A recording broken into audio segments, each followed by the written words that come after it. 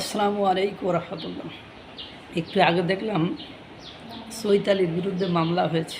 একজন ব্যক্তি তাকে রাষ্ট্রদ্রোহী মামলা করেছে। এখন সিআইডির ইনভেস্টিগেশনে আছে মামলাটি।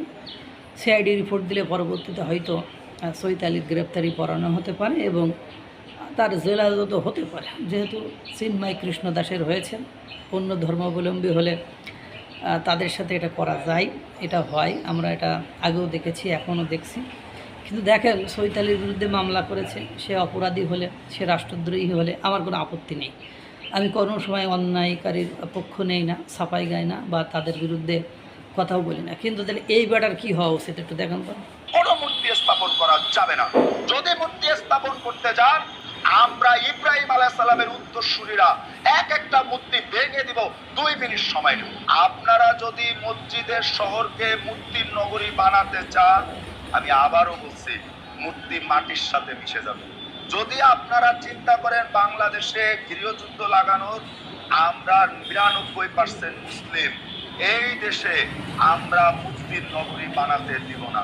আপনারা পুজো করবেন আপনাদের স্থানে। পশ্চিমবঙ্গে মুসলমানদেরকে কোরবানি করতে দেয় না, মসজিদগুলো ভেঙে ফেলতেছে, তখন আপনাদের এই সমাজ কোথায় থাকে? কেন রে ভাই? আপনাদের কি ধর্মগ্রন্থে বলা আছে যে মুসলমানদের উপর অত্যাচার করলে আপনারা ভালো থাকবেন?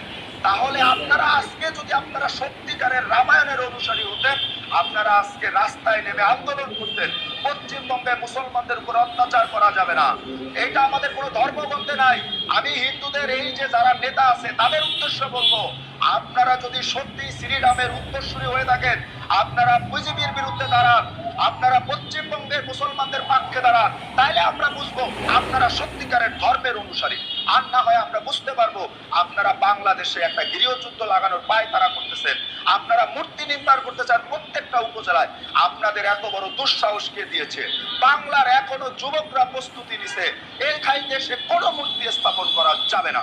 যদি মূর্তি স্থাপন করতে যান, আমরা ইব্রাহিম আলাইহিস সালামের উত্তরসূরিরা এক একটা মূর্তি ভেঙে দিব, 2 মিনিট সময় নেব।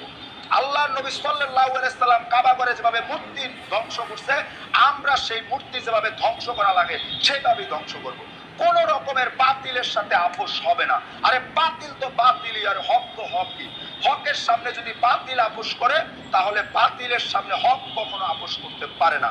আপনারা আমাদের সামনে আপোষ করবেন, আমরা আপনাদের সাথে আপোষ করব না। জাকির শেখ মুজিবের শুনলেন? তাহলে এখন চৈতালির বিরুদ্ধে মামলা হলে এর বিরুদ্ধে মামলা হতে হবে, কারণ সংবিধান অনুযায়ী তো সে সংবিধান লঙ্ঘন করেছে।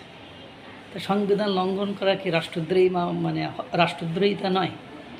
সুতরাং এই বৈষম্যতা, উনি বলছেন যে অমুকের বিরুদ্ধে তুমি কথা বলো। তো বাংলাদেশে যখন হিন্দু নির্যাতন হয়, যেমন দীপচন্দ্র দাসকে মেরে ফেলা হলো, তখন তো বাংলাদেশের কোনো মাওলানা, মৌলবী, হুজুর কেউ তো বিবৃতি দেয়নি, বক্তব্য দেয়নি। ইসলাম ধর্মে তো লেখা নেই যে অমুসলিমদের উপর নির্যাতন, নিপীড়ন বা জুলুম করা যাবে। সুতরাং এই দ্বিচারিতা কেন, এই দ্বৈত নীতি কেন, বিষয়টা আমার কাছে ভালো লাগেনি। আল্লাহ তাআলা সকলকে ভালো রাখুক, সুস্থ রাখুক। আসসালামু আলাইকুম ওয়া রাহমাতুল্লাহ।